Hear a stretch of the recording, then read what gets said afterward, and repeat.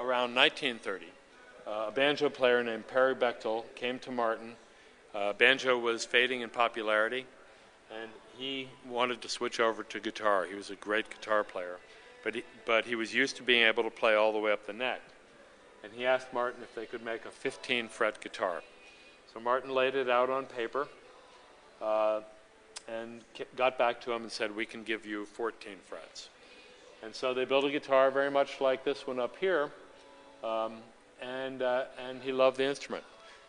Very, very soon after that, some of the cowboy artists like Roy Rogers and Gene Autry started playing the orchestra models because of their versatility and tone. And it wasn't long before almost every guitar that Martin offered was offered now in a 14-fret version.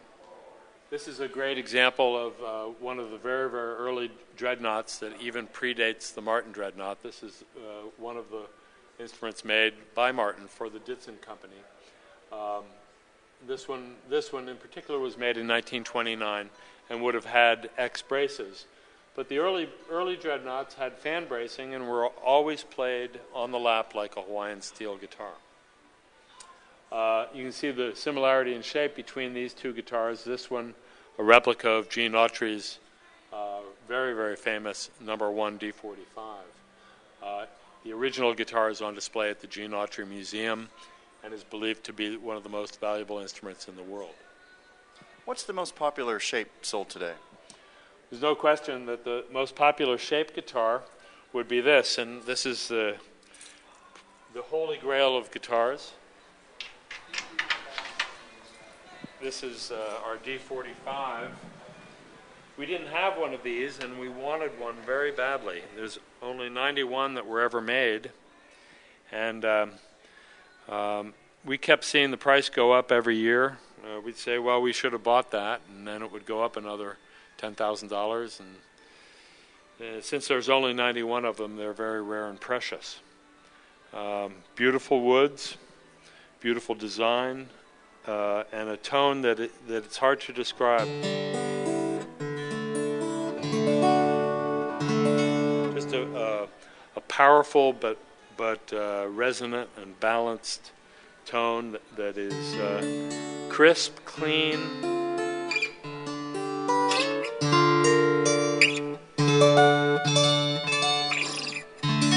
It's hard to beat.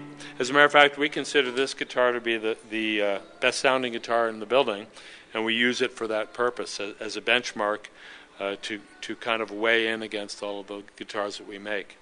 So we know if we make something that sounds remotely close to this, that we're on the right track. We acquired this guitar for $270,000. It's actually a bargain. It would have sold originally for $300, so it would have been a good price. I noticed in the factory you have a sound room now with a lot of electronics.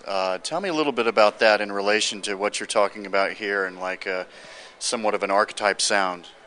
Well, I don't think there's anything that can replace the sensation of playing a guitar in your hands, feeling the resonance go into your body. I don't think a machine can really make those very subtle distinctions. As a matter of fact, every person has a different set of criteria that they use to define what great tone is.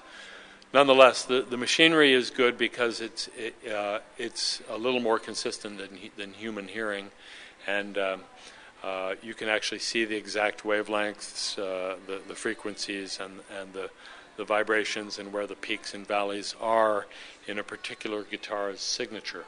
So those tools are useful. I don't think that they can really be used to tell you what a great sound is. I think that's still a human thing. Very cool. Currently, with the ukulele phenomenon, there was also a Hawaiian guitar phenomenon, and Hawaiian guitars had strings that were set very high up off the neck, often with frets that were ground flush, so you couldn't even play a fretted note. You can see that here on these two instruments. Oddly enough, nowadays when people find these, they have them refretted so that they can be played standard, because these sound fantastic.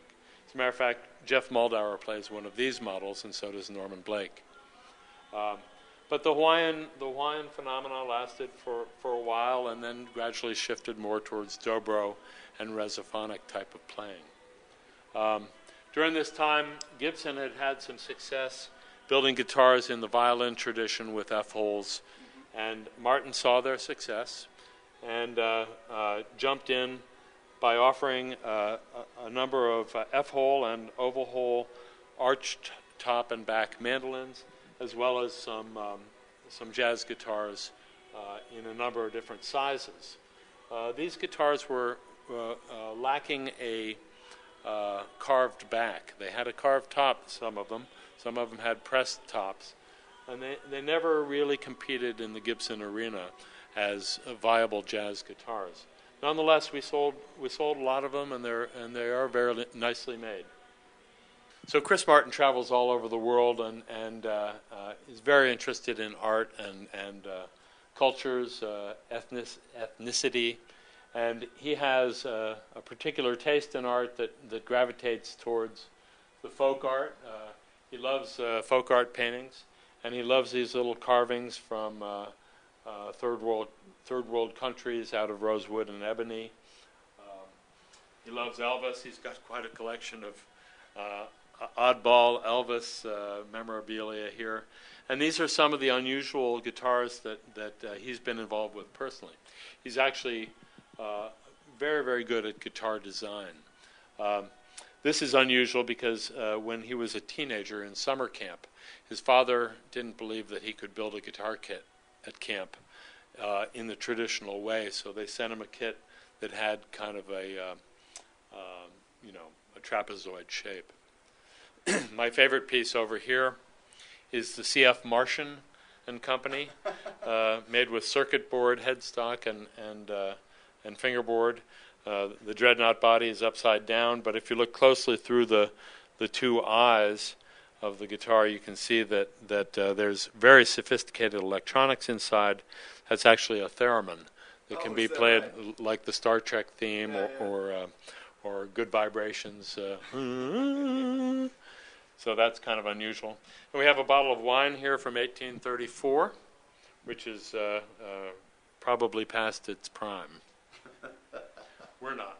After World War II, Hank Williams and Ernest Tubb and the heroes of the Grand Ole Opry led way to Elvis Presley, famous leather cover. That's the one you guys are remaking now. That's right. We call it the tone suppressor. The leather didn't do anything for the tone, but it sure did start a fad that Ricky Nelson picked up on and actually had a cover made that was light years beyond the craftsmanship on the Elvis cover. But all of Elvis's songs from the early days, he was quite a rhythm player, and the cover did allow the rhythm to come through. One of the most significant groups is the Kingston Trio, with respect to having an influence on Martin guitar business and sales. The Kingston Trio played songs that were simple, often easy to learn, and gave college students a sense that they could actually buy an instrument and begin to play. And prior to that, people didn't have that sense. People thought you had to study music for decades and be a virtuoso to play music. But now the Kingston Trio brought it down to a level that was accessible by everybody, and thousands of groups sprung up, and they all wanted to buy a Martin D28 like Bob Shane. They all wanted a tenor guitar like Nick Reynolds, and they all wanted a long neck Pete Seeger banjo made by Vega.